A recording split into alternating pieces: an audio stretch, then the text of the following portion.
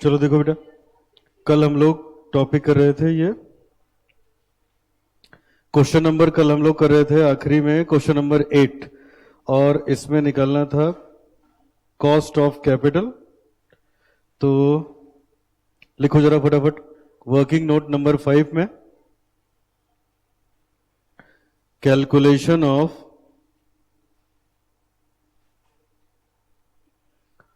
Cost of each component of capital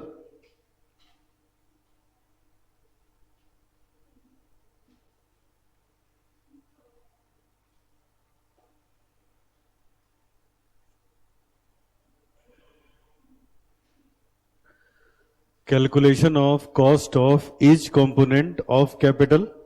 लिखिए इसमें alternative 1 और ऑल्टरनेटिव 2,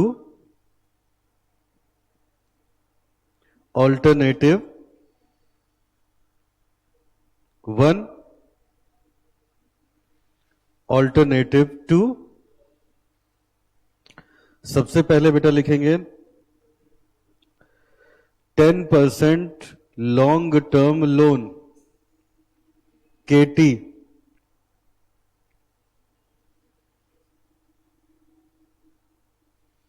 केटी का फॉर्मूला मैंने आपको पढ़ाया था, interest rate into 1 minus tax rate.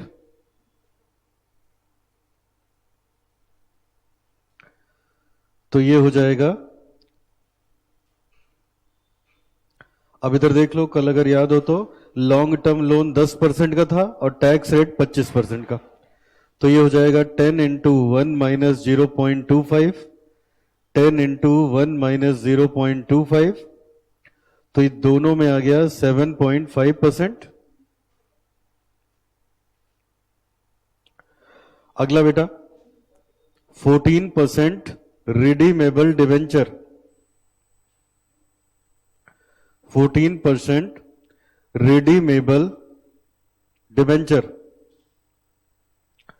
अब अगर आपको याद हो तो फॉर्मूला आपने पढ़ा था, interest into 1 minus tax rate, interest rate into 1 minus tax rate plus redeemable value minus net proceed divided by life divided by redeemable value plus net proceed divided by 2। तो इस पे इंटरेस्ट है 14% का, tax rate हुआ 0.25 और बाकी सारी चीजें फिल करनी है। तो एक बार जरा क्वेश्चन चेक कर लो, अपने आप समझ में आ जाएगा। 14% लोन, ये देखो यहां था, पहले ऑल्टरनेटिव में था 14% debenture redeemable at premium of 10%। तो इसका मतलब पहले में ही है, दूसरे में है ही नहीं। तो 110 रुपए रिडीमेबल वैल्यू हो गई और 100 रुपए थी फेस वैल्यू। 110 और 100, और लाइफ देख लो एक बार, रिडीमेबल आफ्टर 10 ईयर, तो 10 साल की लाइफ है। तो बेटा इसको अगर, अच्छा ये सेकंड वाले में है नहीं, पहले में ही है, तो ये मेरे पास आ गया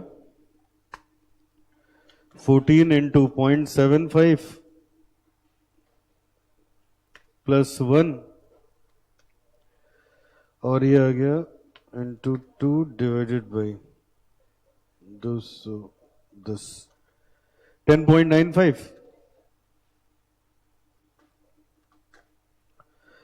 तो 10% लॉन्ग टर्म लोन आ गया और 14% का डेट, दोनों हमने निकाल लिया। देखो अब क्या बचा, 10%, अब बचा 8% इररिडीमेबल डिवेंचर, नीचे लिखिए। तीसरा है 8% इररिडीमेबल डिवेंचर।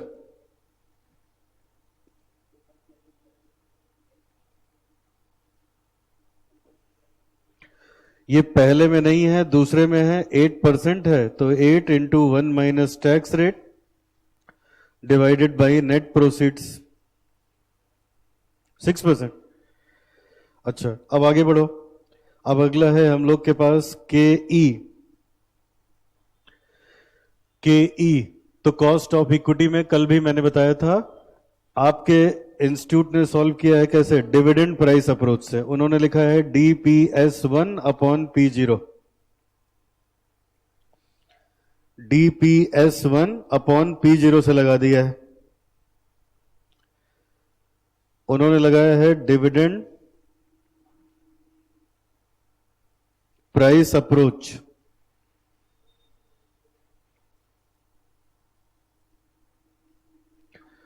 तो चलो दोनों का डिविडेंड लिखते हैं और दोनों में प्राइस लिखते हैं।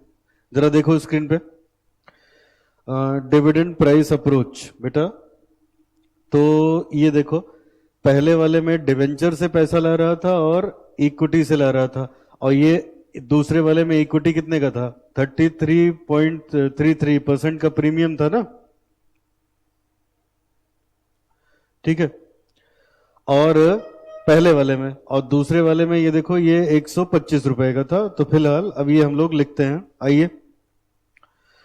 तो अगर हमें ये लिखना है तो हम ऐसे लिखेंगे, अर्निंग पर शेयर हम लोग दोनों की निकाल चुके हैं। पहले का है अर्निंग पर शेयर कितना, 22.6 पहला, दूसरे का 20.74 निकाल चुके हैं। क्वेश्चन में लिखा है dividend pay out ratio, dividend pay out ratio 60%, 60%। तो इसका मतलब बेटा ईपीएस का 60% निकालो तो करंट डिविडेंड आ जाएगा। करंट डिविडेंड पर शेयर 13.56, और ये वाला आ गया, ये कैसे है, 22.60 का 60%, और ये वाला आएगा 20.74 का 60%, 12.44। ठीक है। अब ये देखो बेटा, इधर आपके सवाल में कल हम लोगों ने पढ़ा था, कहीं पे ग्रोथ रेट दिखा था। ये देखो, ये लास्ट लाइन 10% का ग्रोथ रेट है। तो अगर जी दे रखा है 10% का, तो हम ऐसे लिख सकते हैं, लास्ट डिविडेंड को DPS0 को 1 प्लस जी से मल्टीप्लाई करोगे तो करेंट डिविडेंड आ जाएगा। तो मैं वही करने जा रहा हूं, 13.56 को मल्टीप्लाई किया 1 प्लस 0.1 से, 12.44 को मल्टीप्लाई किया 1 प्लस 0.1 से,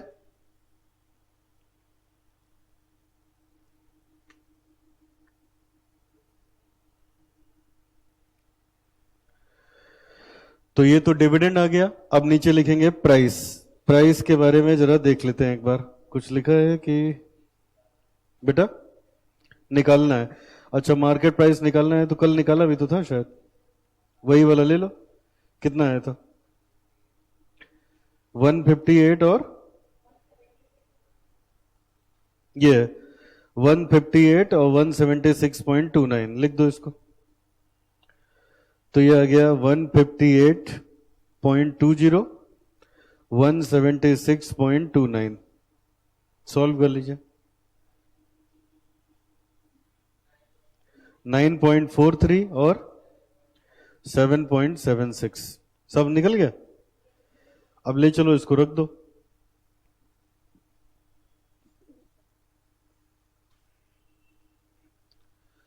सब निकल गया तो इसको मेन सॉल्यूशन में रख देंगे।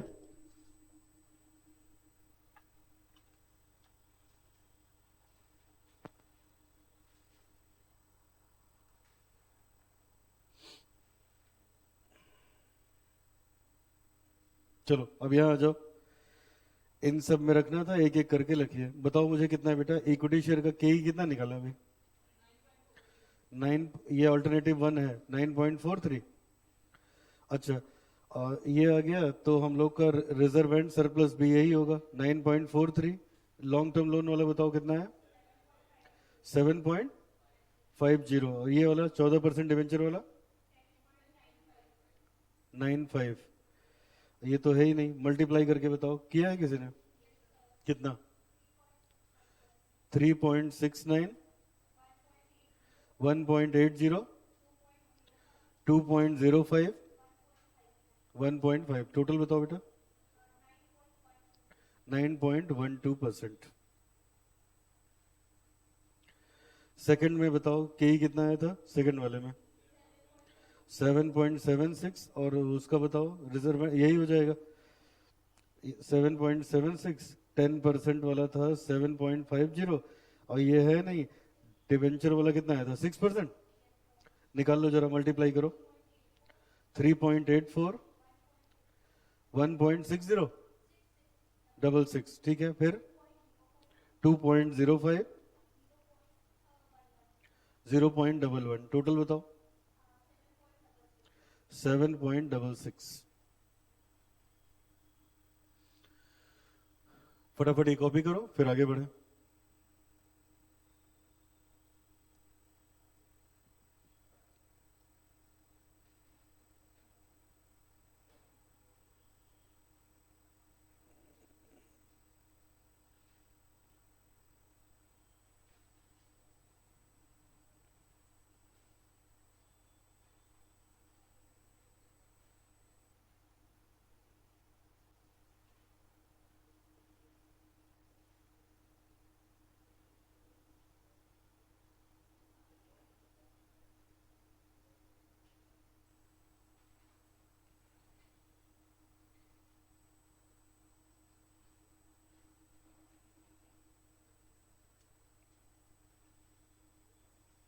चलो, हो गया यहाँ तक।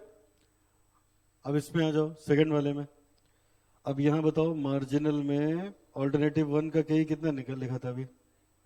9.43। 9.43, ये वाला कितना था 14% डिवेंचर वाला? मल्टीप्लाई करो 1.4145, फिर 8.76, 10.64, हाँ तो 65 हो गया। ये हो गया केओ। अगला वाला बताओ, इक्विटी 7.76, और ये 6%, मल्टीप्लाई करो 5.5872, हाँ 0.6, तो केओ आ गया 0.758।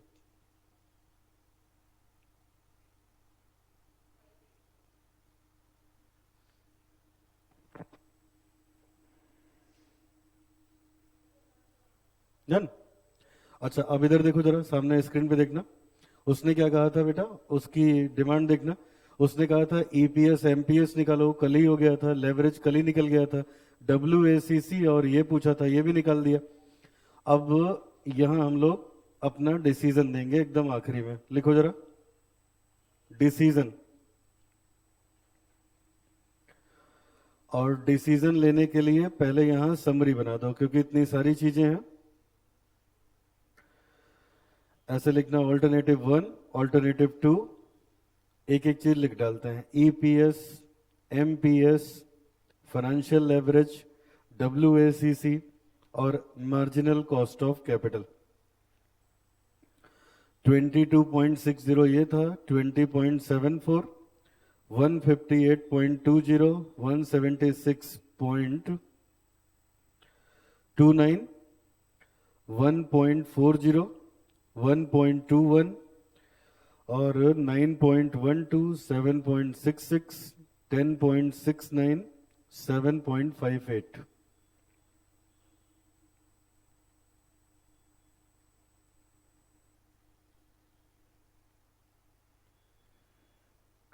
अब हमें फैसला लेना है।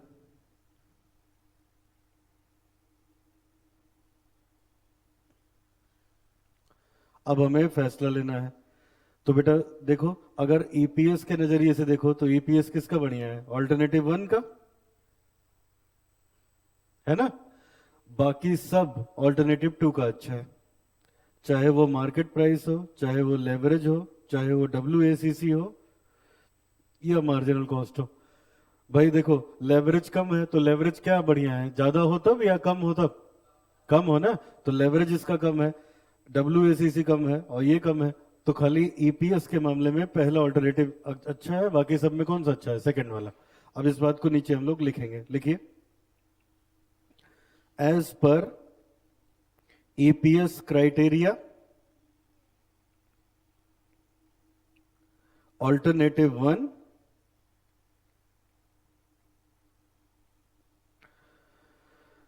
will be preferred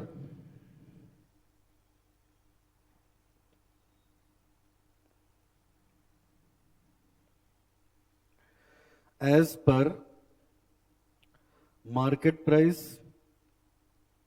financial leverage, WACC, marginal cost of capital. Alternative 2 will be preferred.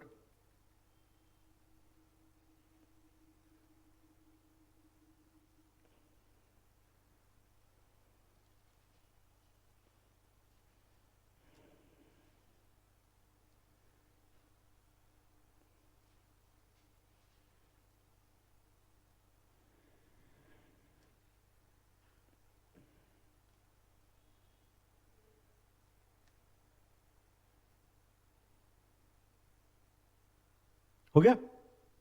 चलो, लास्ट कंसेप्ट बेटा इस उसका यूनिट का हम लोग के, लिखो जरा लास्ट पॉइंट। कंसेप्ट नंबर होगा 9, लिखा था 10 है क्या? 11, अच्छा। चलो लिखो last concept number 11।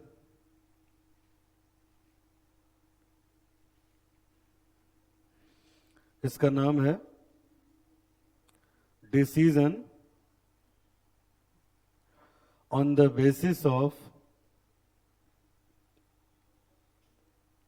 risk and return.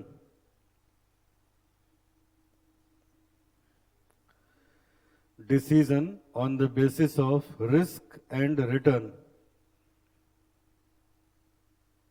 Risk का मतलब बेटा लेवरेज, रिटर्न का मतलब ईपीएस, समझ आए? रिस्क का मतलब लेवरेज और रिटर्न का मतलब, लिखो इसी में, if question ask us to take decision on the basis of risk and return. For risk, we calculate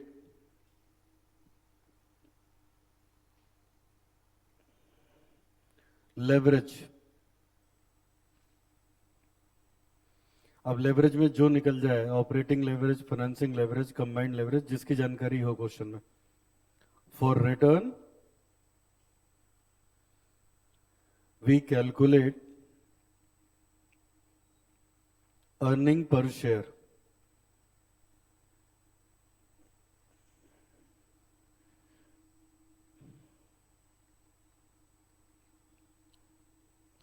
Higher the EPS, higher the return,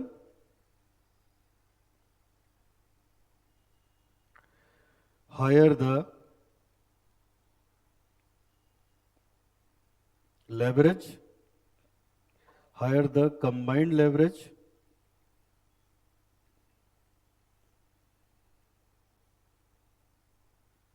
higher the risk.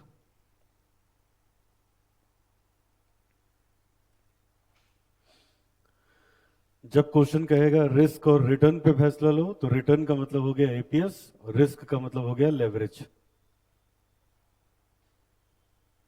Question number 9 करेंगे बेटा इस पे, फिर ये यूनिट खत्म हो गई हम लोग की, फिर कैपिटल स्ट्रक्चर वाले यूनिट शुरू करेंगे। फटाफट आ जाओ क्वेश्चन नंबर 9 पे।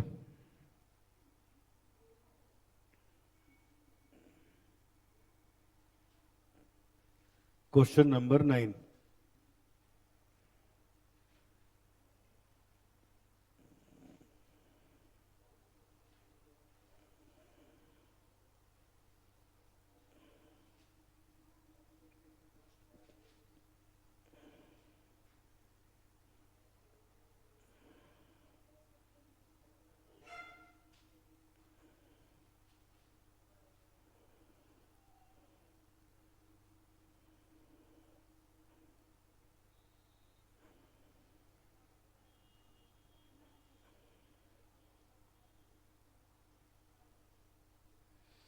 ये बेटा ये जो 1H है यही 9 है, तो 1H पे आ जाओ जरा, क्वेश्चन नंबर 1H।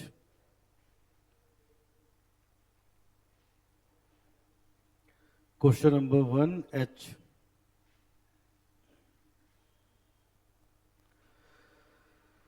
ठीक है, आओ पहले रिक्वायरमेंट पढ़ता हूं। सब कुछ इसमें ऑलरेडी आपको आता है, बस मुझे ये सिखाना है रिस्क और रिटर्न को कैसे ट्रीट करोगे। ये देखो क्या लिखा है, इनकी पहले रिक्वायरमेंट देख लो। Find out which of the above mention alternative would you recommend. तो इनके पास 3 ऑल्टरनेटिव हैं, हमें बताना है कौन सा बढ़िया है with reference to risk and return. तो रिस्क के लिए क्या निकालोगे? लेवरेज। ठीक है, रिटर्न के लिए क्या निकालोगे? ईपीएस। ठीक है, अच्छा अब जरा एक बार मैं रिवाइज करा दूं, बताओ फटाफट। ऑपरेटिंग लेवरेज का फॉर्मूला कंट्रीब्यूशन अपॉन ईबीआईटी। फिर बताओ फाइनेंसिंग लेवरेज का फॉर्मूला ईबीआईटी अपॉन ईबीटी। और फाइनेंशियल लेवरेज का उसका कंबाइंड का चाहे ऑपरेटिंग इनटू फाइनेंशियल कर लो या कंट्रीब्यूशन अपॉन ईबीटी। अच्छा अब नोटिस करो, ये सब हम लोग निकालते हैं अलावा कंट्रीब्यूशन के। ईबीआईटी से तो शुरू ही होता है, ठीक है, तो वही स्टेटमेंट बनेगा अपना घिसा पिटा, आखिर तक ईपीएस में आओगे। बस हो सकता है कंट्रीब्यूशन के लिए कुछ कैलकुलेट करना पड़े। चलो, तो अब हम लोग इसके बेसिस पे फैसला लेंगे। तो अब यहां सवाल पढ़ेंगे और चलिए पहले बना लेता हूं बेटा वर्किंग नोट, क्वेश्चन पढ़ पढ़ के जो कुछ चाहिए होगा, और मेन आंसर एकदम आखिरी में करेंगे। वर्किंग नोट्स पहला, पहले में जो हम लोग की आदत है, पहले हम लोग बनाते हैं कैपिटल स्ट्रक्चर। कैपिटल स्ट्रक्चर, और अभी अभी आपने इतना तो देख ही लिया है कि 3 ऑल्टरनेटिव हैं और इनका एग्जिस्टिंग भी है। तो हम लोग लिखेंगे एग्जिस्टिंग, प्लान 1, या ऑल्टरनेटिव 1, ऑल्टरनेटिव 2, ऑल्टरनेटिव 3। पहले एक बार कैपिटल स्ट्रक्चर, उसके बाद बाकी सारी चीजें। चलो अब क्वेश्चन पढ़ते जाएंगे, इसमें डेटा लिखते जाएंगे।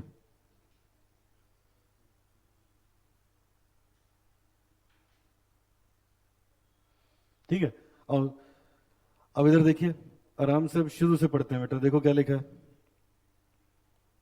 एग्जाम का क्वेश्चन है एकदम। The following particulars relating to Navya limited for the year ended 31 March 2021। ठीक है, गिवन बिलो। क्या क्या आप देखो बेटा, असल में क्योंकि कंट्रीब्यूशन चाहिए ना, कंट्रीब्यूशन कब आएगा? सेल्स माइनस वेरिएबल कॉस्ट, तभी तो आएगा।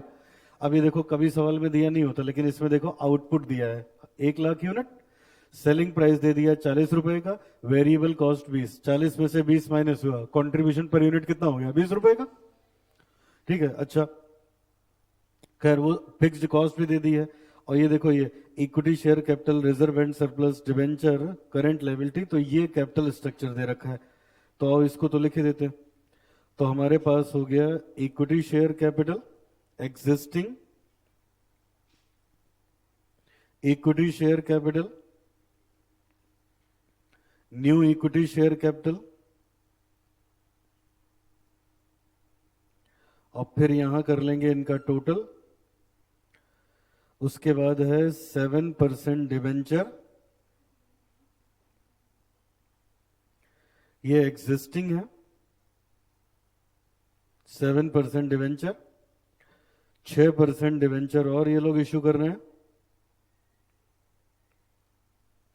सब मैं लिखने जा रहा हूं, पहले देखो एग्जिस्टिंग इक्विटी 10 लाख की है, रिजर्व 5 लाख का है, एग्जिस्टिंग इक्विटी 10 लाख की है,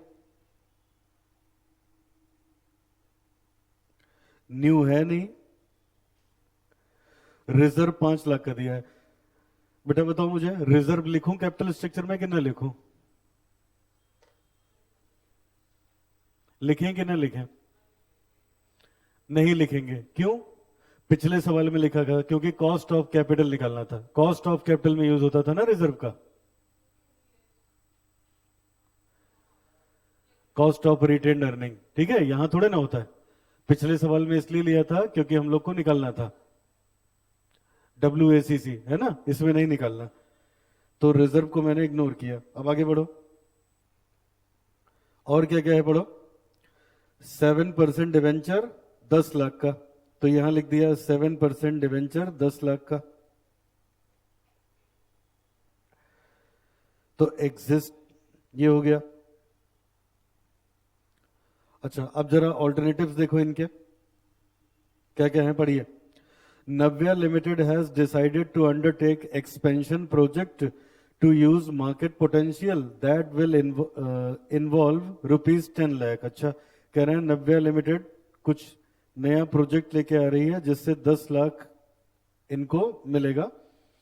the company expect to increase output by 50%। Company output 50% से बढ़ा रही है। बेटा अब ये देखो ऊपर आके देखना, यहां पे लिखा है मार्च 2021 तक आउटपुट कितना था, 1 लाख यूनिट का, और यहां लिखा है 50% से बढ़ा रहे हैं, तो आउटपुट कितना हो जाएगा, 1,50,000 हो जाएगा ना। उसी के लिए तो पैसा चाहिए ना, आउटपुट बढ़ाने के लिए मशीन खरीदोगे या फैक्ट्री लगाओगे तो उसके लिए पैसा चाहिए होगा, समझे। आगे बढ़ो, फिक्स्ड कॉस्ट इतने से बढ़ जाएगी और एडिशनल आउटपुट को हम लोग कितने पे बेचेंगे वो है। अब ये देखो यहां से, the following alternative scheme for the financing the proposed expansion programme. कह रहे हैं बेटा ये अभी तक ये 1 लाख यूनिट बेचते थे, अब ये एक्सपेंशन करने जा रहे हैं जिसकी वजह से इनका आउटपुट 50% से बढ़ जाएगा, फिक्स्ड कॉस्ट भी बढ़ जाएगी, वेरिएबल कॉस्ट घट जाएगी, एडिशनल आउटपुट को बेच पाएंगे। और यहां लिखा है उसके लिए इनको पैसा चाहिए। कैसे, या तो कह रहे हैं ये एंटायरली बाई इक्विटी से लेके आएंगे, या 5 लाख इक्विटी से लेके आएंगे, बैलेंस डिवेंचर से लेके आएंगे। एंटायरली 6% बाई डिवेंचर यहां से लेके आएंगे। अब हमसे कहता है कि रिस्क और रिटर्न के हिसाब से बताओ क्या इनके लिए बढ़िया रहेगा। तो बेटा आइए अब शुरू करते हैं, आइए शुरू करते हैं। अब ये बताओ इनको पैसे चाहिए कितने, यही लिखा था ना, Navya limited decided to undertake expansion project to use market potential that will involve 10 lakh. मतलब जब ये एक्सपेंशन करेंगे तो कितना पैसा चाहिए होगा, 10 लाख, 10 लाख चाहिए। अच्छा 10 लाख में है क्या, पहले प्लान में ये पूरा इक्विटी से लेके आ रहे हैं, तो बेटा इसका मतलब ये हुआ कि यहां ऑल्टरनेटिव 1 में 10 लाख पूरा इक्विटी से आएगा, आएगा ना। ऑल्टरनेटिव 1 में पूरा इक्विटी से आएगा। अच्छा और 10 लाख का इक्विटी पहले से था, तो ऑल्टरनेटिव 1 की अगर हम लोग बात करें तो इसका टोटल इक्विटी हो गया 20 लाख, और इनके कैपिटल स्ट्रक्चर का भी टोटल 20 लाख ही आएगा।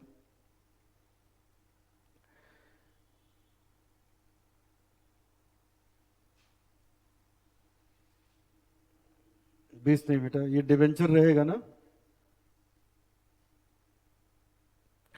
ऑल्टरनेटिव 2 पे आ जाओ जरा, क्या लिखा है, 5 लाख इक्विटी शेयर से लाएंगे, बाकी 6% डिवेंचर से लाएंगे। अच्छा 5 लाख इक्विटी से लाएंगे,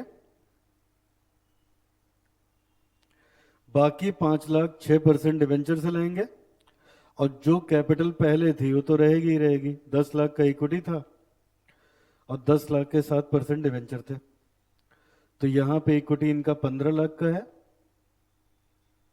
लेकिन टोटल कैपिटल 30 लाख की ही होगी।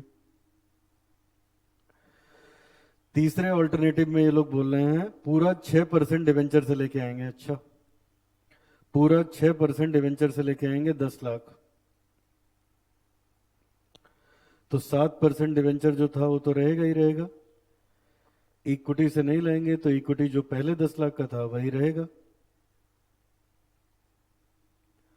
टोटल बेटा तब भी 30 लाख है।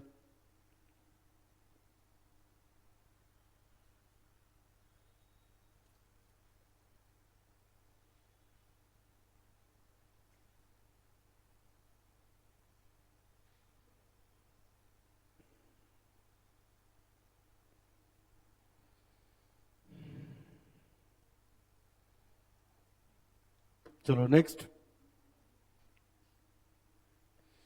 अब यहां पे एक वर्किंग नोट और बना लेते हैं, calculation of contribution per unit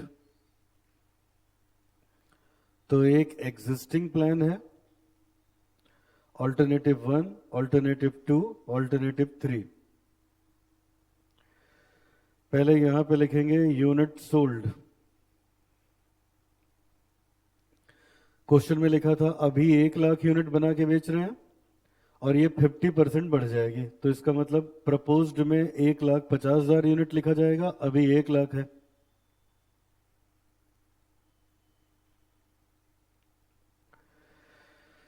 selling price 40 रुपए का दिया हुआ है।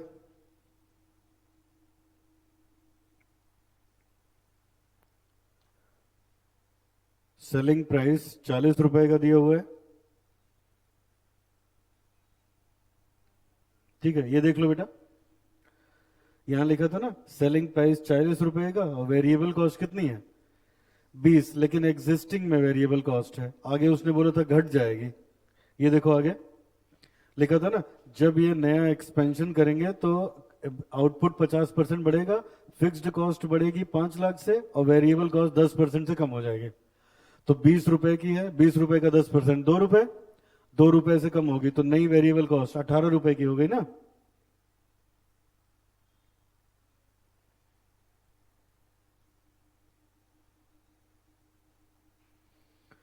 तो अगर हम लोग सेलिंग प्राइस में से माइनस कर दें वेरिएबल कॉस्ट, तो आ गया कंट्रीब्यूशन पर यूनिट 20 रुपए का, 22 रुपए का,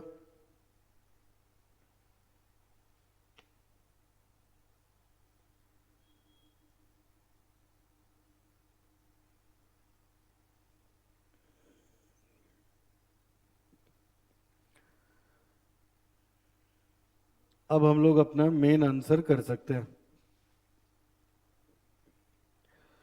तो चलो अब रिस्क और रिटर्न निकालते हैं। तो यहां लिखिए, अब ये मेन आंसर है, कैलकुलेशन ऑफ रिस्क, ब्रैकेट में लिखना है leverage, and return EPS.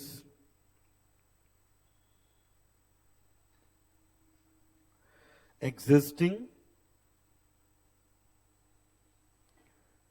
Alternative 1, 2 and 3,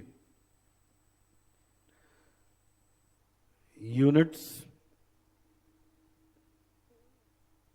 यहां 1 लाख थी, 1,50,000, 1,50,000, 1,50,000।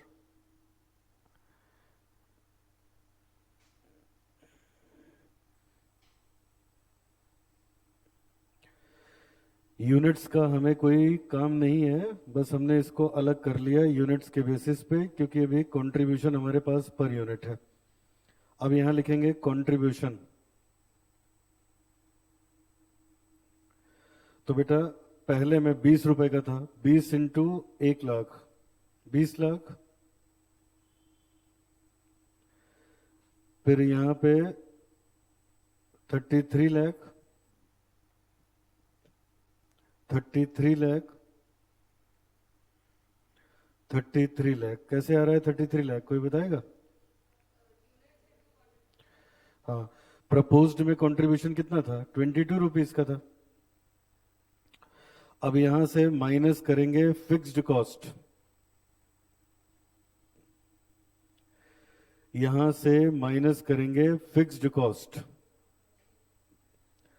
सब बच्चे स्क्रीन पे देखो, ये देखो, इनकी फिक्स्ड कॉस्ट बेटा 10 लाख पहले से थी और ये एक्सपेंशन के बाद बोला था 5 लाख से बढ़ जाएगी। तो प्रपोज्ड वाले में सब में लिखो 15 लाख,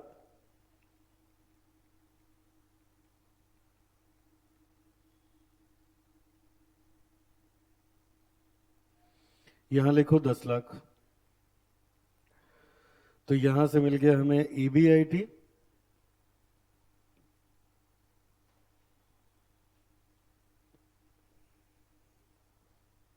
ईबीआईटी 10 लाख,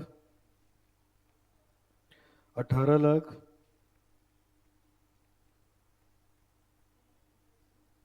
18 लाख और 18 लाख। अब यहां से माइनस कर दो इंटरेस्ट, इंटरेस्ट माइनस कर दें तो सब बच्चे देख लो बेटा, एग्जिस्टिंग में तो यही डिवेंचर है, ये 10 लाख का 7% कितना आ जाएगा? 70,000, 70। और यहां देख लो ऑल्टरनेटिव 1 में भी 70 रहेगा, यहां भी 70 रहेगा। और अगर मैं ऑल्टरनेटिव 2 में आऊं तो यहां पे एक डेट बढ़ रहा है 5 लाख का, 5 लाख का 6% कितना हुआ? 30,000। तो 30 ये और 70,000 पहले का, 1 लाख हो गया ना। और तीसरे ऑल्टरनेटिव में भी डेट 10 लाख का है, तो 10 लाख का 6% कितना हुआ? 60,000। 60,000 वो, 70,000 वो, 1,30,000।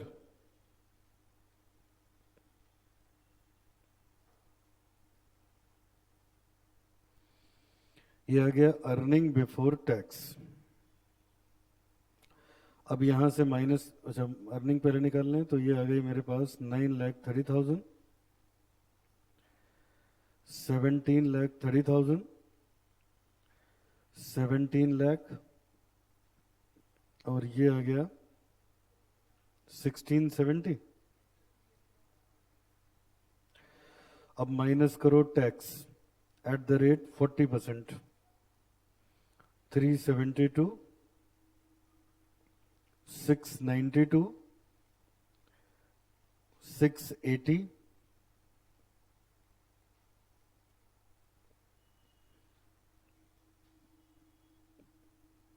तो मिल गया हम लोगों को अर्निंग आफ्टर टैक्स 5,58,000, 1,38,000, 10,38,000, 10,02,000, 10,02,000।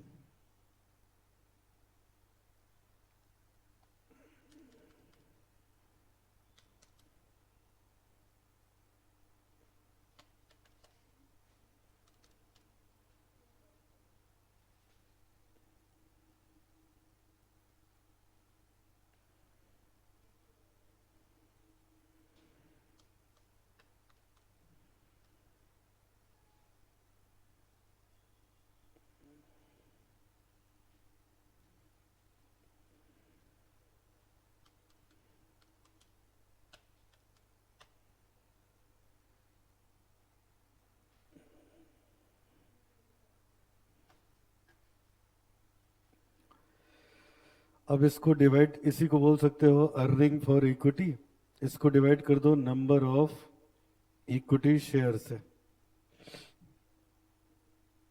एग्जिस्टिंग में इनके पास 10 रुपए का एक शेयर था, 1 लाख।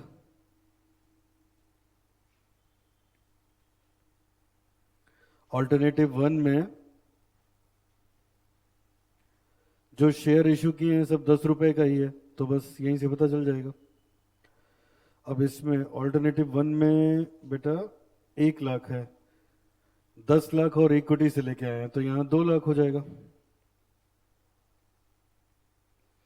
यहां 1,50 और यहां 1,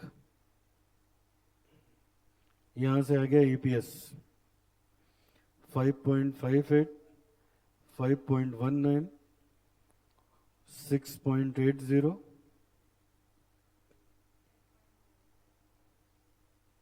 10.0। तो ये आ गया हम लोग का मेन स्टेटमेंट बन गया। अब इसी के बेसिस पे ईपीएस तो निकल गई। बताओ जरा रिटर्न किसका ज्यादा है? A2 नहीं, A3। रिटर्न किसका ज्यादा है? ऑल्टरनेटिव 3 का ना। अब और रिस्क चेक कर लिया जाए तो तीनों लेवरेज निकाल डालो फटाफट, ऑपरेटिंग, फाइनेंसिंग और कंबाइंड। तो ऑपरेटिंग लेवरेज अगर निकालें तो ये हो जाता है कंट्रीब्यूशन अपॉन ईबीआईटी। तो कंट्रीब्यूशन इनका था 20 लाख, ईबीआईटी 10 लाख, 2 आ गया 22 लाख, 22 लाख और 22 लाख सबका। EBIT हम लोगों ने निकाला है 18 लाख। क्या चीज बेटा? किसका?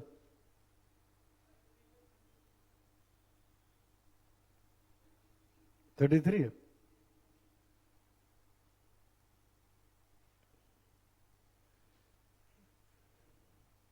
एटीन 18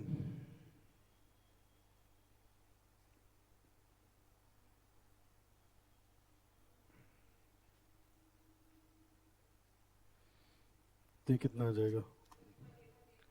1.83। ऑपरेटिंग लेवरेज के हिसाब से तो प्रपोज्ड वाले अच्छे हैं। अब आ जाओ फाइनेंसिंग लेवरेज। आपने पढ़ा था EBIT upon EBT।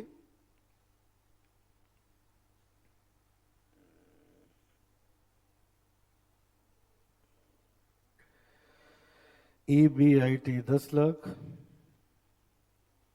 18 lakh, 18 lakh, 18 lakh.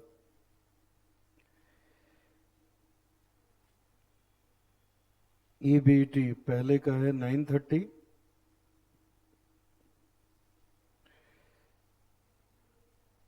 1730,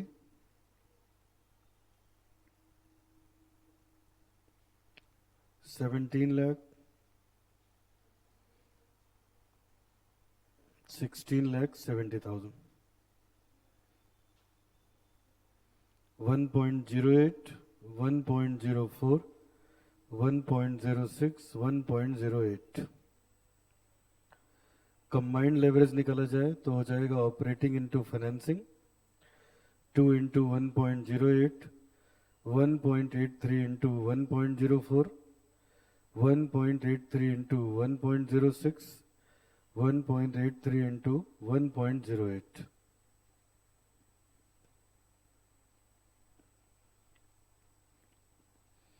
2.15,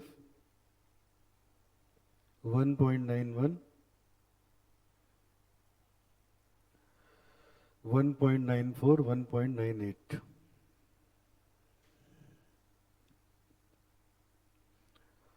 तो अगर यहां लिखा जाए रिस्क, रिस्क लिखा जाए तो इनका है लोएस्ट, हाईएस्ट, मॉडरेट। और अगर रिटर्न देखा जाए, रिटर्न किसका आया था? A3 का शायद बढ़िया था ना।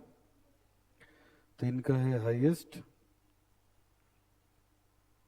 Lowest, moderate.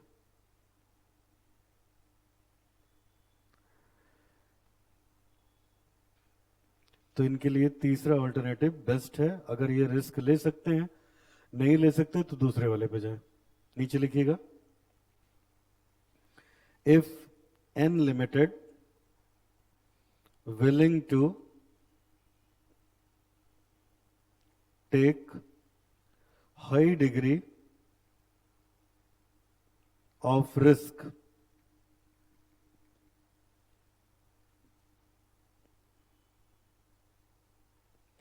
alternative 3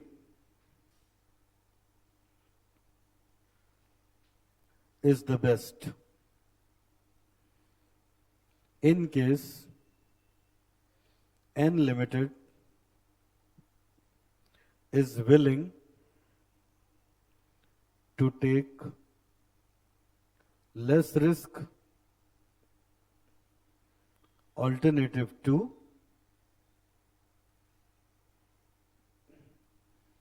is next best option. Alternative 1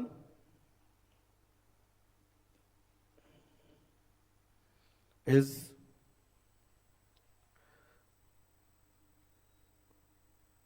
not recommended at all.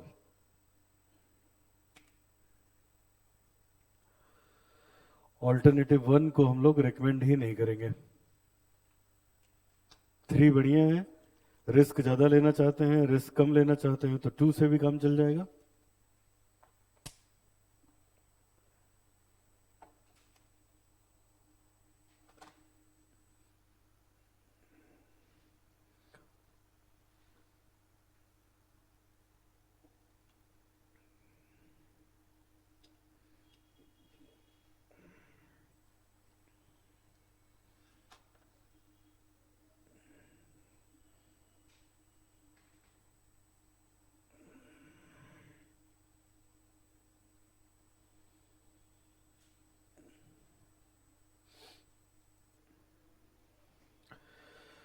चलो अब हेडिंग लिखिए कैपिटल स्ट्रक्चर।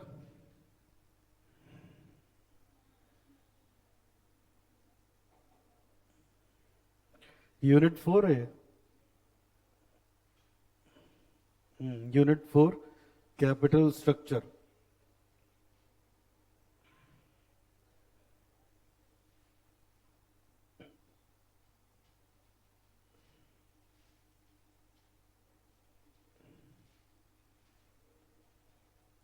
लिखिए in this chapter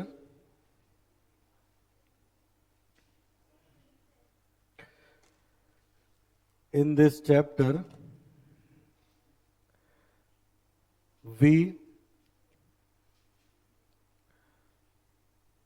are going to study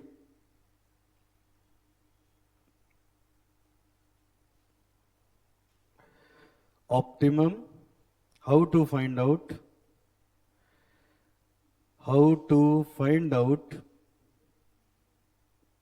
optimum capital structure. In this chapter we are going to study how to find out optimum capital structure.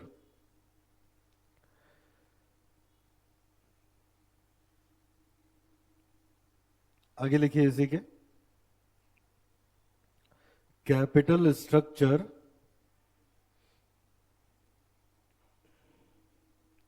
component is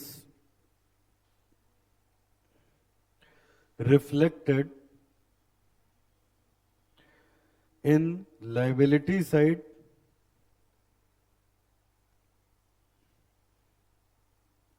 of balance sheet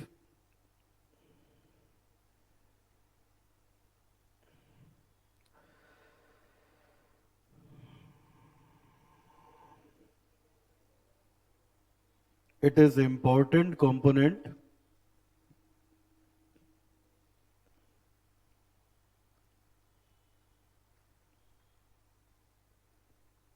for company since to purchase asset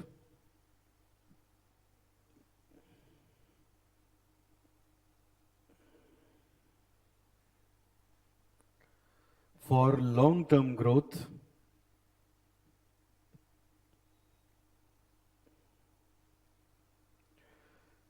company uses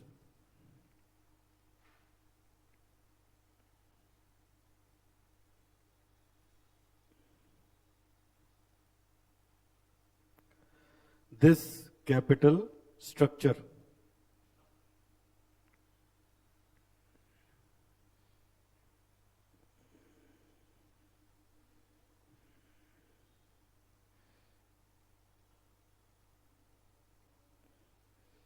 आगे लिखिएगा concept 1 choice of optimum capital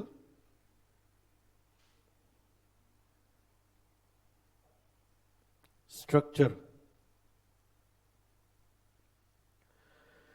choice of optimum capital structure लिखिए best capital structure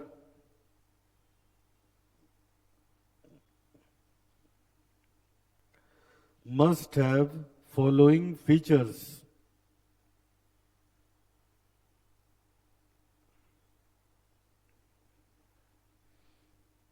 पहला, value of firm should be maximum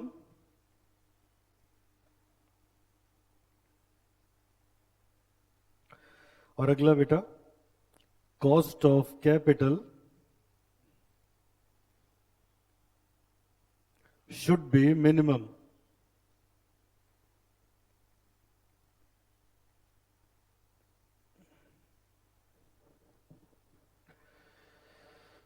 Value of firm should be maximum. Cost of capital should be minimum. आगे लिखिए concept 2.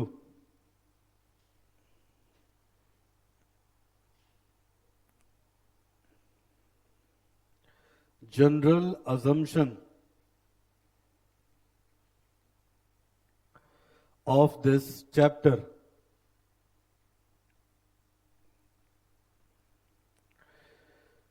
general assumption of this chapter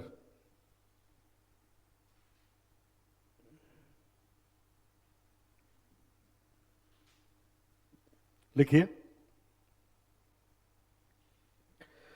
पहला है there is no preference share capital.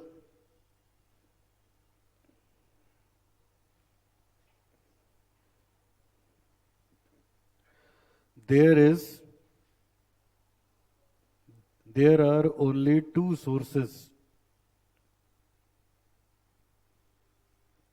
for capital, that is debt and equity.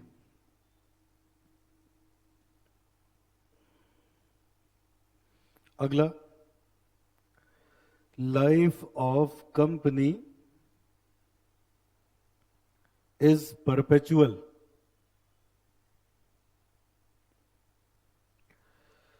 Life of company is perpetual.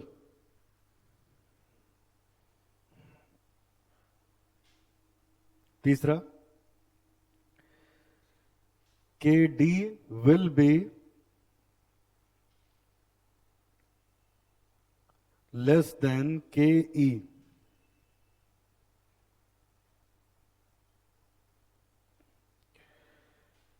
अगला, if tax rate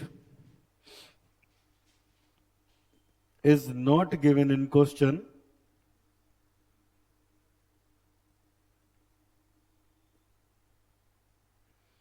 we always assume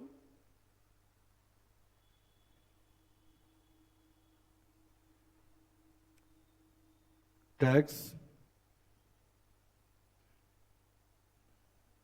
as nil.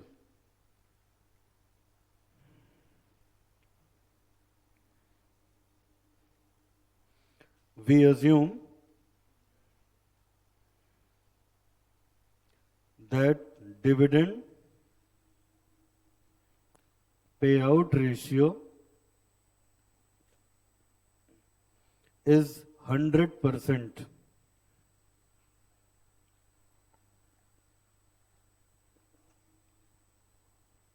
It means there is no retained earning.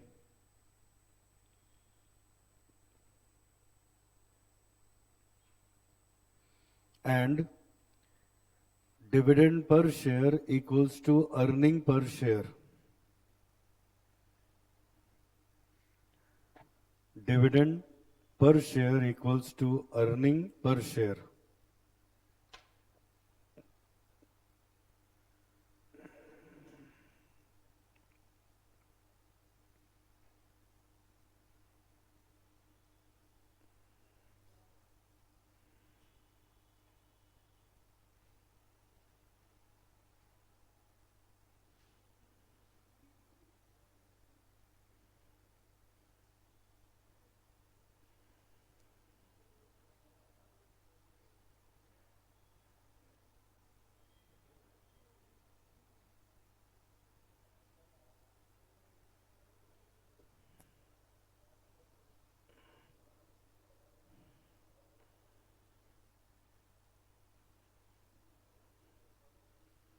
ठीक है, चलो अब screen पे देखो सब लोग। देखो अब ध्यान से बेटा सुनना। हम लोगों ने स्क्रीन पे देखिए सब लोग, हम लोगों ने यही कैपिटल स्ट्रक्चर पढ़ने के लिए सबसे पहले पढ़ा ईबीआईटी ईपीएस एनालिसिस, फिर पढ़ा ब्रेक इवन पॉइंट एनालिसिस, फिर सोर्स ऑफ फाइनेंसिंग। अब इन सब का यूज होगा इसकी थ्योरीज पढ़ने में। मतलब मेन चैप्टर ये था, उसके ये अलग अलग कंटेंट थे, लेकिन उनको पढ़ने के बाद ही ये बढ़िया से समझ में आता। तो अब ये देखो, हमने शुरू किया कैपिटल स्ट्रक्चर टॉपिक, हम लोगों ने शुरू किया। अब जाके अपना लास्ट यूनिट इस चैप्टर की, जिसका नाम है कैपिटल स्ट्रक्चर। अब है क्या कैपिटल स्ट्रक्चर? कैपिटल स्ट्रक्चर का मतलब है बेटा, देखो आपने पढ़ा था कैपिटल और लाइबिलिटी मिलके एसेट के बराबर होता है, जब सोल प्रोप्राइटर वगैरह के बारे में पढ़ते थे। अब कंपनी के केस में आके इसी कैपिटल का नाम हो गया कैपिटल एम्प्लॉयड। क्या नाम हो गया? अब इसके दो कंपोनेंट होते हैं, इक्विटी एंड डेट। समझा? इस लाइबिलिटी का मतलब हुआ ये करंट लाइबिलिटी है, हम इसकी पढ़ाई नहीं करते। इसकी पढ़ाई कब करोगे? वर्किंग कैपिटल वाले चैप्टर में। समझा? तो यहां जो कैपिटल है उसका नाम हो गया कैपिटल एम्प्लॉयड। इसके दो कंपोनेंट हो गए, एक इक्विटी और एक हो गया डेट। इक्विटी का मतलब अपना शेयर इशू करके बाजार से पैसे लो, डेट का मतलब कहीं से लोन लो, चाहे एक आदमी से या डिबेंचर वगैरह इशू कर दो। समझे? अब मुझे एक बात बताओ सब लोग, बताओ बेटा, जैसे मान लो अडानी ग्रुप को पैसे की जरूरत हो, अडानी ग्रुप को पैसे की जरूरत हो, तो बताओ मुझे, क्या वो इक्विटी शेयर से, अगर वो इक्विटी शेयर इशू करेंगे तो बिक जाएगा कि नहीं बिक जाएगा उनका? बिक जाएगा। अच्छा अगला बताना, अगर वो डिबेंचर या बॉन्ड इशू करें या बैंक से लोन लेना चाहें तो सब कुछ उनके लिए पॉसिबल है कि नहीं है? बोलो सब लोग। अडानी ग्रुप को अगर पैसे की आवश्यकता हो, किसी भी रेपुटेटेड कंपनी को अगर पैसे की जरूरत है, तो बेटा उसके पास सारे रास्ते खुले हैं। क्या क्या? वो चाहे तो शेयर इशू कर दे, वो चाहे तो लोन से पैसे लाए, वो कंपनी चाहे तो इक्विटी शेयर इशू कर दे अपना, वो भी बिक जाएगा। वो चाहे तो लोन से डिबेंचर इशू कर दें, बॉन्ड इशू कर दें, या लोन जहां से भी मर्जी करें वहां से पैसे लेके आए। कंपनी के पास सारे रास्ते खुले होते हैं। लेकिन अब समस्या क्या है बेटा, मान लो अगर कंपनी को 100 रुपए चाहिए, तो ये चैप्टर आपको ये बताएगा इस 100 रुपए का स्ट्रक्चर क्या हो। स्ट्रक्चर मतलब पूरा यहीं से आ जाए, या कुछ यहां से ले लें, कुछ यहां से ले लें, कुछ यहां से ले लें। समझे? या यहां से न लें, यहीं से पैसा अरेंज कर लें। क्या कॉम्बिनेशन बेस्ट होगा कंपनी का, वो आप यहां पे पढ़ने जा रहे हो। समझे? अगर कंपनी को 100 रुपए चाहिए तो वो कंपनी कहां से लेके आए, कौन सा उनके पास बेस्ट ऑल्टरनेटिव होगा। जो बेस्ट कैपिटल स्ट्रक्चर होता है उसको इस चैप्टर में हम लोग बोलते हैं ऑप्टिमम कैपिटल स्ट्रक्चर। क्या बोलते हो? ऑप्टिमम कैपिटल स्ट्रक्चर हम लोग उसको बोलते हैं बेटा। यहां पे जब मैं बोलूंगा बेस्ट, तो बेस्ट न लिख के हम लोग लिखेंगे ऑप्टिमम। तो ऑप्टिमम कैपिटल स्ट्रक्चर। तो मैं फिर से अपनी बात रिपीट कर रहा हूं, देखो अब इतनी बात समझने के बाद वापस आओ फिर से। बताओ मुझे, हर कंपनी को पैसे की जरूरत होती है। अगर वो पुरानी कंपनी है तो व्यापार अपना मॉडर्नेट करने के लिए और बढ़ाने के लिए, और नई कंपनी है तो अपना बिजनेस शुरू करने के लिए पैसे की जरूरत होती है कि नहीं? तो अब पैसा लेके आए कहां से? क्यों?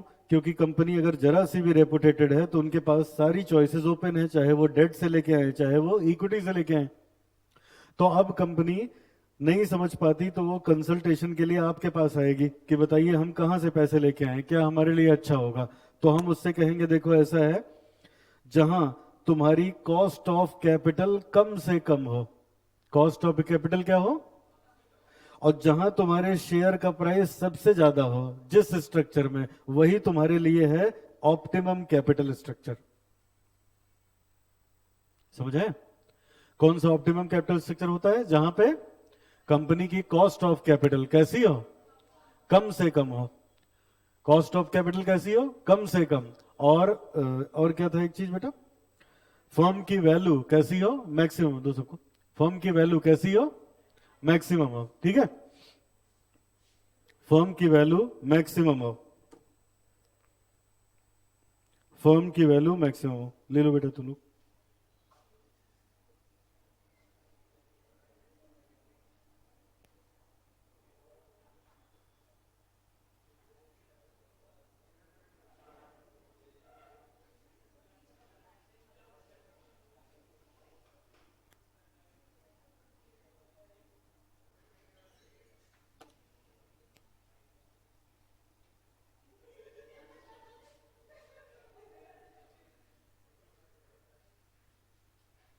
दे दो यार, सबको दे दो।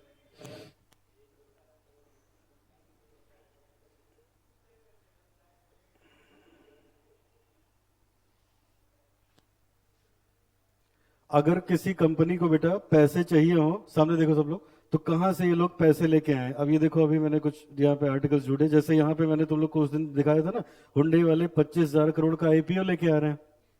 अच्छा, यहीं पे आप दूसरा देखो अगर, तो ये देखो कि अडानी लोन ले रहा है 600 मिलियन डॉलर, 600 मिलियन का। तो एक आदमी लोन में इंटरेस्टेड है और एक आदमी इक्विटी में इंटरेस्टेड है, तो कुछ तो इसके पीछे कैलकुलेशन होता होगा ना, वही आप पढ़ने जा रहे हो कैपिटल स्ट्रक्चर में। समझ आई बात? जब ये लोन के लिए अगर इसने डिसाइड किया है, अगर इसने लोन के लिए डिसाइड किया है, तो क्या होगा, इस पे लोन लेने पे इनका ईपीएस मैक्सिमम जा रहा होगा और कॉस्ट कैसी आ रही होगी, मिनिमम आ रही होगी। और बेटा अगर इसने आईपीओ निकालने के लिए डिसाइड किया है, तो इसका मतलब इसका बेस्ट ऑप्टिमम कैपिटल स्ट्रक्चर ये होगा कि अगर ये शेयर इशू करेगा तो इसका ईपीएस मैक्सिमम जाएगा और इसकी जो कॉस्ट है वो क्या होगी, मिनिमम जाएगी।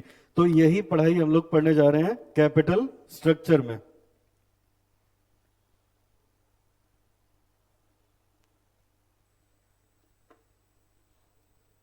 ठीक है, यही पढ़ने जा रहे हैं। तो अब ये देखिए, पढ़िए। In this chapter we are going to study how to find out optimum capital structure. इस चैप्टर में हम लोग पढ़ने जा रहे हैं कैसे बेस्ट कैपिटल स्ट्रक्चर ढूंढा जाए।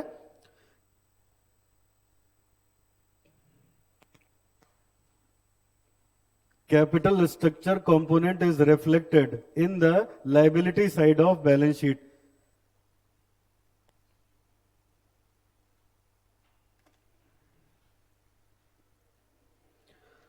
तो ये देखो, इस चैप्टर में हम लोग निकालेंगे क्या बेस्ट कैपिटल स्ट्रक्चर होगा। और बेस्ट कैपिटल स्ट्रक्चर क्या होता है, जहां फर्म की वैल्यू ज्यादा हो। वैल्यू का मतलब market price of equity share, ठीक है। और कैपिटल कॉस्ट की कम हो, मतलब WACC क्या हो, कम हो। और वो बेस्ट होता है। बेस्ट के लिए वर्ड क्या यूज करोगे, ऑप्टिमम कैपिटल स्ट्रक्चर, ठीक है।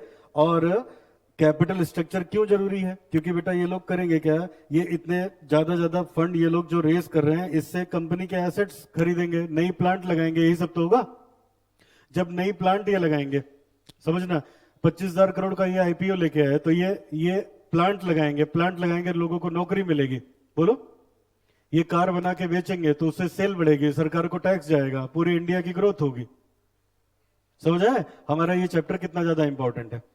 तो अब हम लोग के पास इस क्वेश्चन में ऐसे दिया होगा, हमेशा एक क्वेश्चन दिया होगा कि एक कंपनी को इतना पैसा चाहिए, बताओ ये कहां से लेके आए कि बेटर होगा।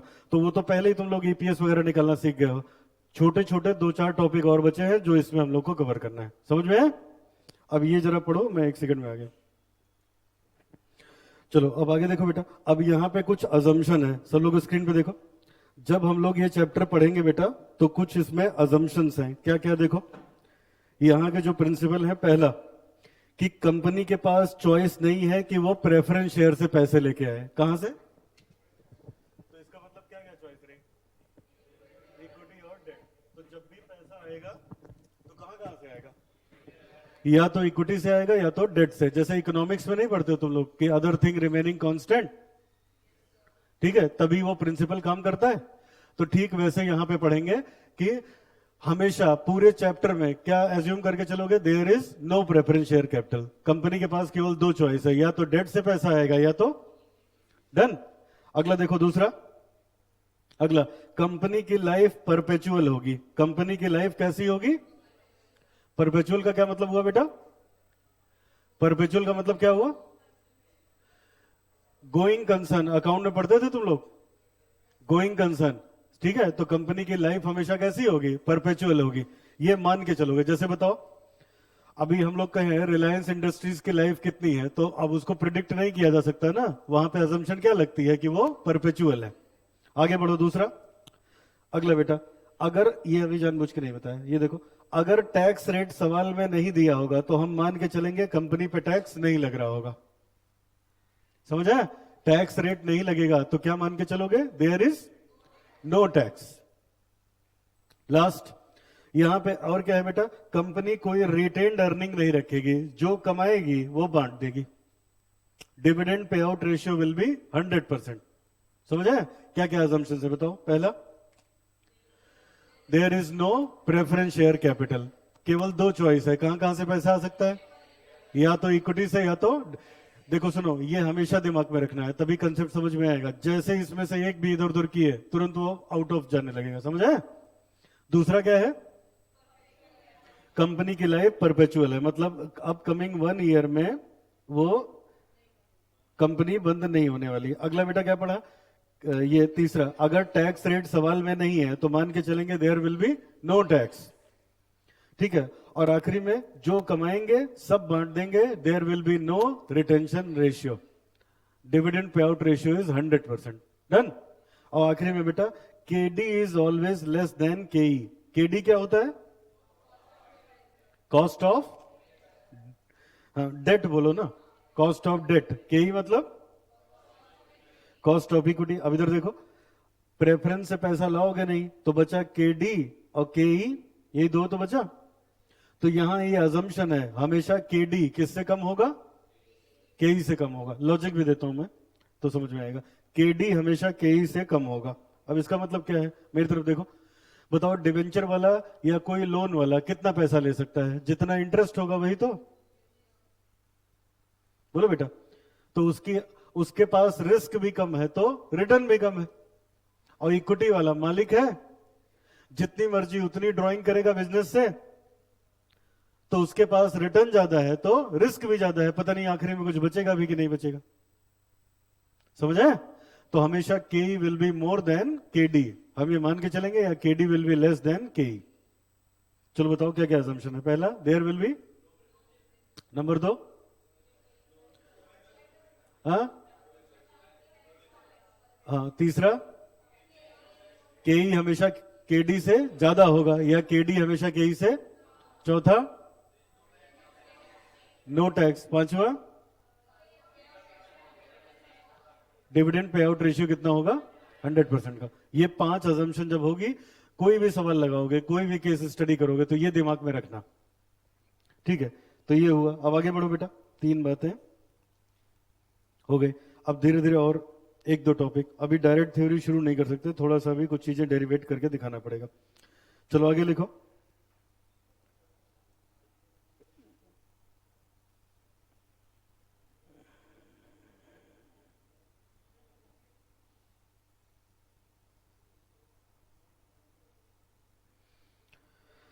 अच्छा ये बताओ बेटा, फर्म की वैल्यू का क्या मतलब होता है, कौन बताएगा। किसी भी फर्म की वैल्यू का क्या मतलब होता है, मार्केट प्राइस किस चीज का, इक्विटी शेयर भी होता है, प्रेफरेंस भी होता है, डिवेंचर भी होता है, बॉन्ड भी होता है, तमाम चीजें होती है, किस चीज का, इक्विटी का। अब इधर देखो, जब इस चैप्टर में हम कहेंगे वैल्यू ऑफ फर्म, तो इसका मतलब हुआ value of equity plus value of debt. अभी सब लिखवाने जा रहा हूं, समझे। क्यों, क्योंकि प्रेफरेंस हो ही नहीं सकता। तो यह अच्छा, वैल्यू ऑफ इक्विटी का मतलब, जैसे 10,000 शेयर है कंपनी के पास, एक शेयर 10 रुपए का इश्यू हुआ था, लेकिन अब 110 का हो गया, तो ये हुई इक्विटी की वैल्यू ना। कंपनी के पास मान लो 1,000 डिवेंचर है, एक डिवेंचर 100 का इश्यू हुआ था, अब 200 का चल रहा है, तो ये हुई ना उसकी वैल्यू। तो जब मैं कहूंगा वैल्यू ऑफ फर्म, तो आप क्या निकालेंगे, 2 चीजें, value of equity and value of, लिखो इसको, अगली हेडिंग बनाइए, कंसेप्ट 3।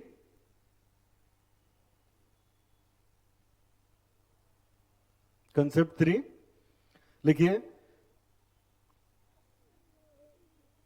Point two remember.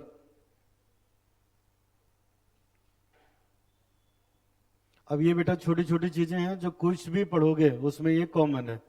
पहला लिखो, वैल्यू ऑफ फर्म बराबर value of equity plus value of debt. Value of firm को VF से लिखेंगे, इसको VE से लिखेंगे, इसको VD से लिखेंगे।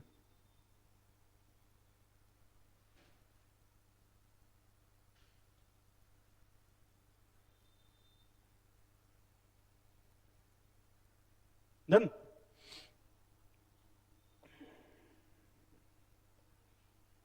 तीसरा, ये तो पहला हुआ। दूसरा बेटा, value of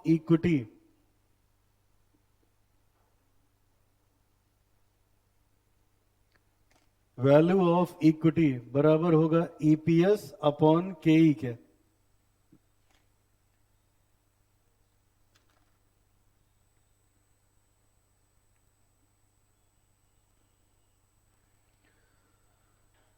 value of equity बराबर होगा ईपीएस अपॉन केई के।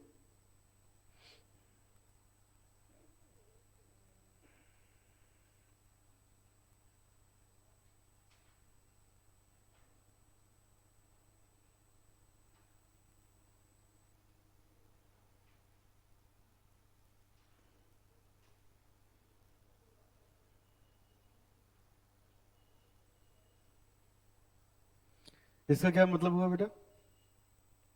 पहले ये पढ़ा है कि नहीं?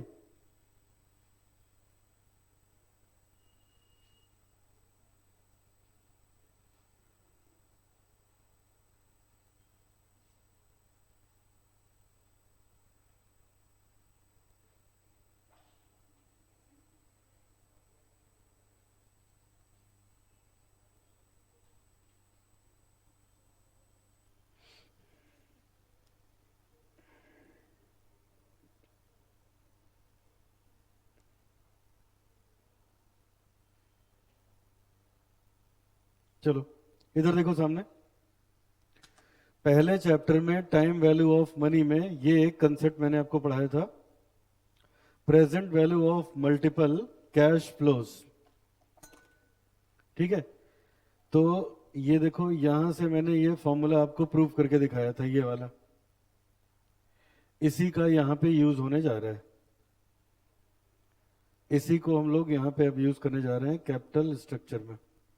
ठीक है, यहां नीचे लिखो प्रूफ।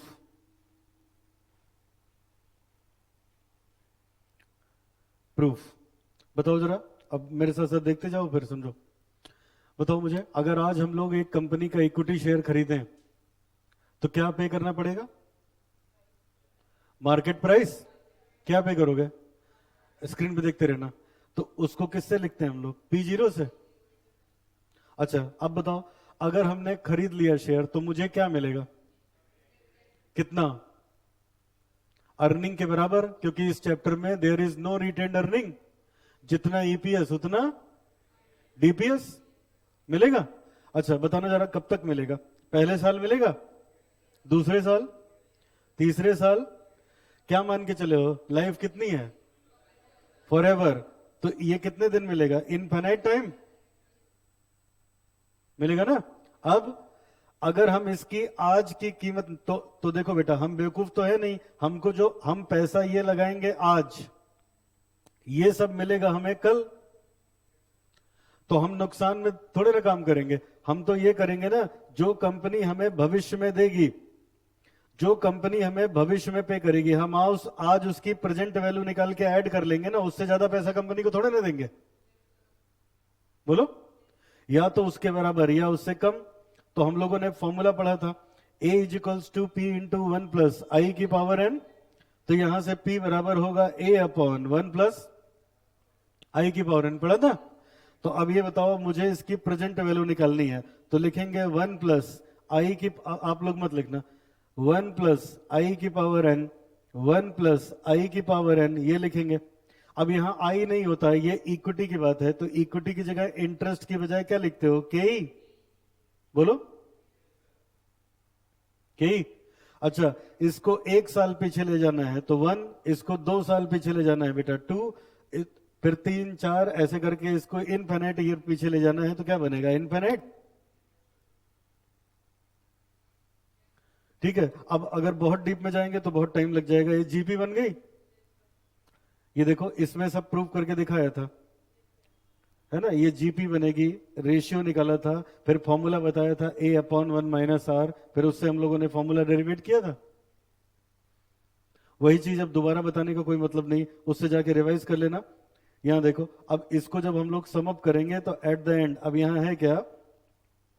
यहां जब पहले पढ़ा था तो डीपीएस लिखा था, लेकिन अब यहां क्या है, 100% डिविडेंड पे आउट रेशियो है। तो इसका मतलब क्या होगा, जो ईपीएस है वो किसके बराबर होगा, डीपी। इसी वजह से मैंने क्या किया है, जहां डीपीएस होना चाहिए वहां क्या लिखा है, ईपीएस। तीनों जगह पे वो लिखा है, ठीक है।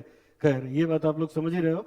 अब एट द एंड बेटा जब इसको हम लोग एडजस्ट करेंगे तो ये ऐसे निकल के आता है, ये ये निकल के आएगा हम लोग के पास। इसको जब सॉल्व करोगे, P0 बराबर ईपीएस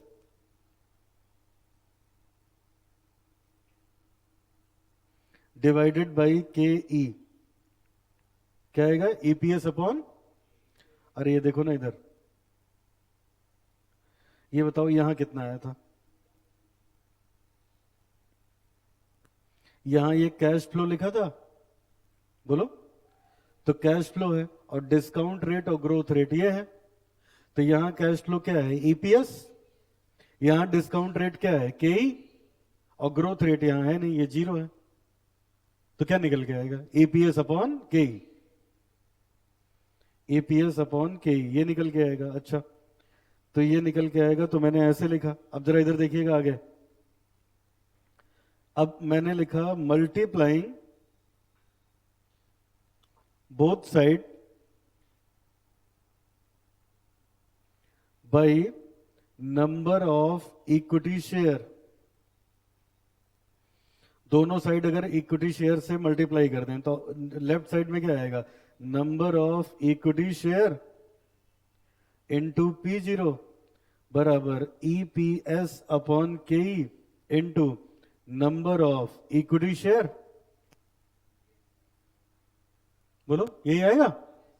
अब बताओ मुझे, सब बच्चे स्क्रीन पे देखते रहना, बताओ एक शेयर 10 रुपए का है और टोटल 10,000 शेयर हैं, तो मल्टीप्लाई करने पे कितना आएगा, ये 10,000 क्या हुआ, वैल्यू ऑफ इक्विटी हो गई ना, क्या हो गई, वैल्यू ऑफ। तो मैं इसकी जगह अगली लाइन में, मैं इसकी जगह अगली लाइन में यहां लिख सकता हूं वैल्यू ऑफ इक्विटी। ये बराबर हुआ, इधर देखो ये क्या लिखा है, एक शेयर के लिए जो कमाया और टोटल शेयर इतने हैं, तो ये टोटल अर्निंग आ गई ना। तो ऊपर लिखा टोटल अर्निंग और नीचे आ गया हमारे पास के ई। ये तो ऐसे रहेगा ना। तो बेटा ये बात यहां लिखवाई थी मैंने, वैल्यू ऑफ इक्विटी अगर निकालना होगा तो कैसे आएगा, ईपीएस अपॉन के ई। वहां से क्या हम लोग निष्कर्ष निकाल पाए कि इक्विटी की वैल्यू किसके बराबर हो गई, टोटल अर्निंग अपॉन के ई। और कनेक्ट करो और बढ़िया समझ में आएगा। ये बताओ पढ़ क्या रहे हो, फर्म की वैल्यू कैसे आएगी, जब वैल्यू इक्विटी की निकाल के और डेट की निकाल के ऐड करोगे। तो मैंने सिखाया इक्विटी की वैल्यू कैसे निकालोगे, समझ आया। अब लिखने जा रहे हैं डेट की वैल्यू कैसे निकालेंगे। फिर जब इक्विटी और डेट दोनों की वैल्यू निकालेंगे तो क्या निकल के आ जाएगी, फर्म की वैल्यू। फर्म की वैल्यू क्यों निकालें, क्योंकि बढ़िया कैपिटल स्ट्रक्चर वो होगा जहां फर्म की वैल्यू ज्यादा हो और कॉस्ट, कॉस्ट ऑफ कैपिटल तो खत्म हो चुका है पढ़ के। फर्म की वैल्यू पे ही तो ध्यान देना है, समझ में आई बात। कॉपी करो इसको, कहां से लिखना है, ये सेकंड पॉइंट प्रूफ से। अच्छा लिखो,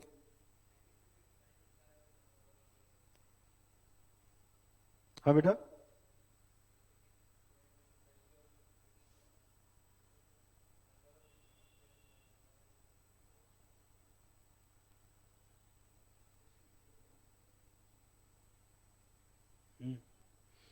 इसमें इसमें बेटा इक्विटी से मल्टीप्लाई किया, इसमें जब किया तो नंबर ऑफ शेयर यहां मल्टीप्लाई होगा। एक शेयर 50 रुपए का है मान लो, टोटल 1,000 शेयर है, तो इसका मतलब शेयर की वैल्यू मिल गई 50,000, ये वैल्यू ऑफ इक्विटी हो गया ना। पूछो क्या पूछना चाहते हो, ये, हाँ।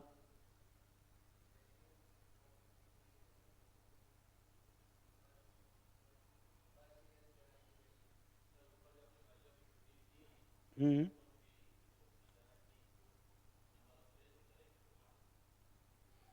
हाँ, तो ये एक एक शेयर की वैल्यू आएगी ना बेटा, अर्निंग पर शेयर लिखे हो, और यहां हमने टोटल अर्निंग लिख दिया।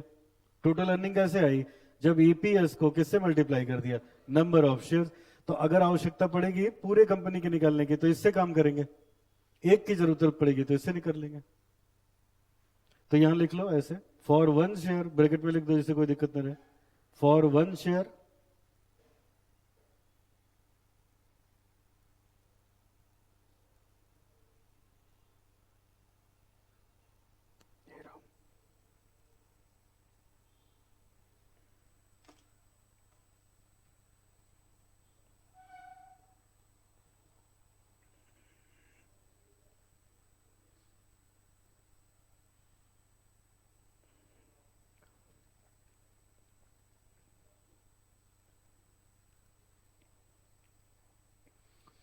वैल्यू ऑफ डेट कैसे आएगी, दिमाग लगाओ।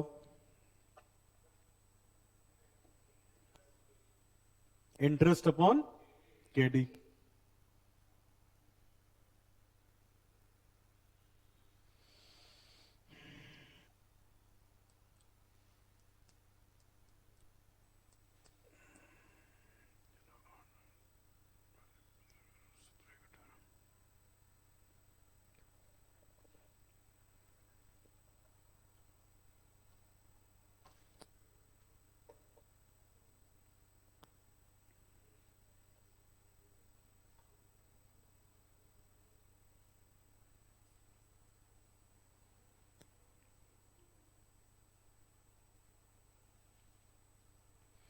ये वाला था value of equity of one share,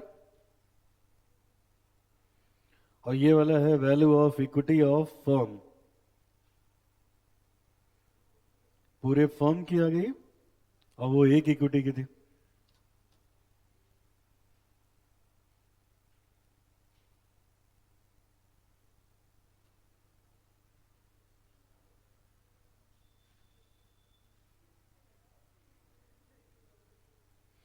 ठीक है, डन। चलो बताओ फिर से, क्या कौन सा चैप्टर पढ़ रहे हो? इसमें क्या पढ़ रहे हैं हम लोग? How to find out optimum capital. Optimum मतलब बेस्ट। बेस्ट कौन सा होगा? जिसपे वैल्यू ज्यादा हो और कॉस्ट कम हो। वैल्यू क्या किसके बराबर होती है? वैल्यू ऑफ फर्म बराबर value of debt plus value of equity. ठीक है, अब यही तो हम लोग निकाल निकाल के देखेंगे ना किस पे बढ़ रहा है, वही तो बताएंगे। तो निकालना भी तो आना चाहिए। तो पहले यहां सीखा how to calculate value of equity, अब लिखने जा रहे हैं how to calculate value of debt. लिखो नीचे, point number 3,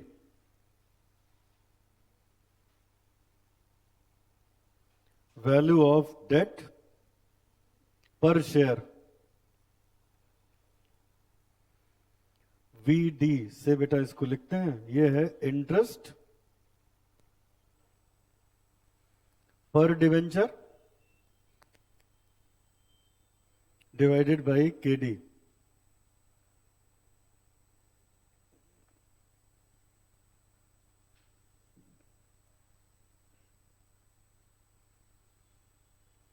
value of interest per debenture divided by KD.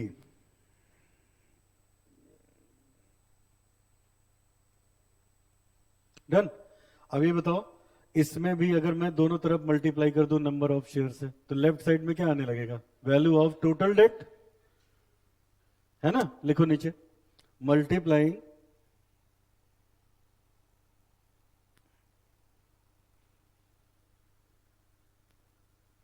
Both side by number of share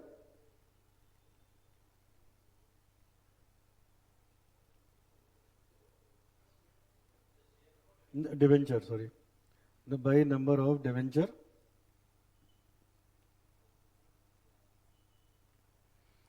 तो ये आ जाएगा, डायरेक्ट लिख दूं समझ जाओगे,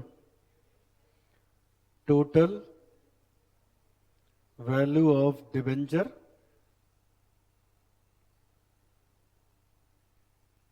equals to total interest upon KD.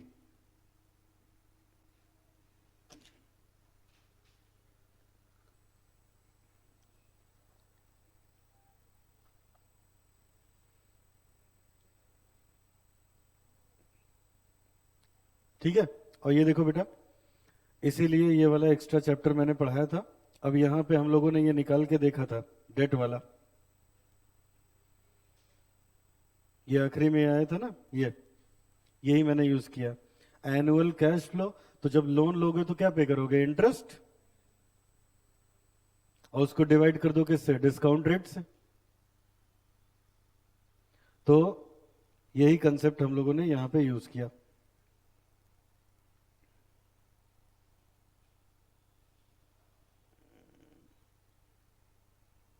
चौथा लिखो, value of firm.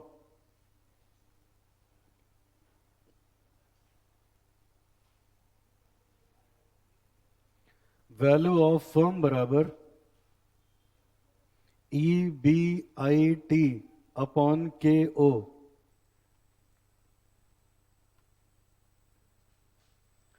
Value of firm बराबर EBIT अपॉन KO। बेटा KO का मतलब ओवरऑल कॉस्ट। अब थोड़ा अपना दिमाग लगाओ तो अभी खुद ही समझ जाओगे। देखो अब ये वैल्यू ऑफ फर्म निकालना है। सब बच्चे देखना, ये बताओ वैल्यू ऑफ फर्म कैसे निकलेगी, जरा बताना। फर्म की कमाई क्या होती है? EBIT बोलो। EBIT को अकाउंट्स में क्या बोलते हो? Operating profit. वही तो असली प्रॉफिट होता है ना। ठीक है, तो देखो फर्म पहले साल EBIT कमाएगी, फर्म दूसरे साल EBIT कमाएगी, फर्म तीसरे साल EBIT कमाएगी। बताओ कितने दिन तक कमाएगी? क्यों? अजम्पशन है यहां पे। तो अब ये बताओ, अगर इन सभी की मैं प्रेजेंट वैल्यू निकाल के जोड़ लूं, तो प्रेजेंट वैल्यू निकालेंगे तो पूरी फर्म का निकल रहा है। तो फर्म में क्या क्या है? इक्विटी भी है और डेट भी है। उसका एवरेज क्या होता है? Overall cost of capital. जब इक्विटी था तो किससे डिस्काउंट रेट क्या यूज किया था? इक्विटी। डेट में KD, यहां क्या यूज करेंगे? KO। तो यहां लिखेंगे 1 प्लस KO की पावर 1, 1 प्लस KO की पावर 2, 1 प्लस KO की पावर 3, ऐसे 1 प्लस KO की पावर इन्फिनिट। ठीक है, अब इसके बाद इसको जब ऐड करोगे बेटा तो वही, अब इधर मैं बता दे रहा हूं, देख लो। अब ये बन गई जीपी। जीपी में इनफाइनाइट टर्म्स के फॉर्मूला है A upon 1 minus R। A का मतलब फर्स्ट टर्म, R का मतलब कॉमन रेशियो। ठीक है, तो ये देखो अगर मैं इसका सम निकालूं, अगर मैं इसका सम निकालूं तो यही आ जाएगा। तो फर्स्ट टर्म इसका क्या है? EBIT upon 1 plus KO। बोलो बेटा। और 1 माइनस कॉमन रेशियो, तो 1 तो 1 रहा कॉमन रेशियो। इन दोनों को जब डिवाइड करोगे, EBIT अपॉन 1 प्लस KO की power 2 into 1 plus KO upon EBIT, यही तो बचेगा। ये इससे कट गया, ये इससे कट गया, 1 अपॉन 1 प्लस KO। रेशियो यही तो है। तो यहां रखेंगे 1 अपॉन 1 प्लस KO। सॉल्व कर लो इसको, इसका एलसीएम ले लो। तो इधर बच गया अपने पास EBIT upon 1 plus KO upon, इन दोनों का एलसीएम आ गया 1 प्लस KO। तो यहां आ गया 1 प्लस KO माइनस 1। अब 1 1 से गया, ये इससे गया, न्यूमरेटर में बच गया EBIT और डिनोमिनेटर में क्या बच गया? प्रूफ। कॉपी करो फटाफट बेटा। तो फर्म की वैल्यू हम लोग ऐसे निकाल लेंगे।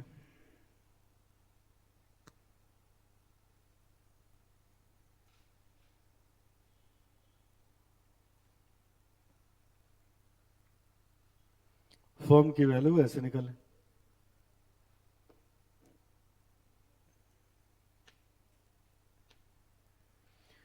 अच्छा, KO कैसे निकलेगा, कोई बताएगा? WACC वैसे कैपिटल, अमाउंट, वेट, है ना।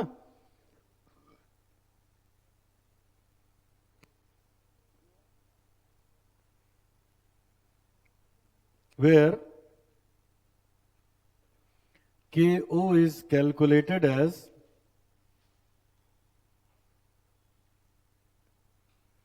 capital, amount, weight, cost, weight into cost, जैसे आपने पढ़ा था। तो कैपिटल में, अच्छा तो लोग लिखो, मैं यहाँ नीचे लिख रहा हूँ। दो ही कैपिटल होगी, equity share, preference share, amount, debt, equity और डेट। वेट में इसको लिख देता हूं मैं डब्ल्यू ई और डब्ल्यू डी, ये होगा के ई के डी, डब्ल्यू ई इंटू के ई और डब्ल्यू डी इंटू के डी, और इसको ऐड करने पे आ जाएगा के ओ।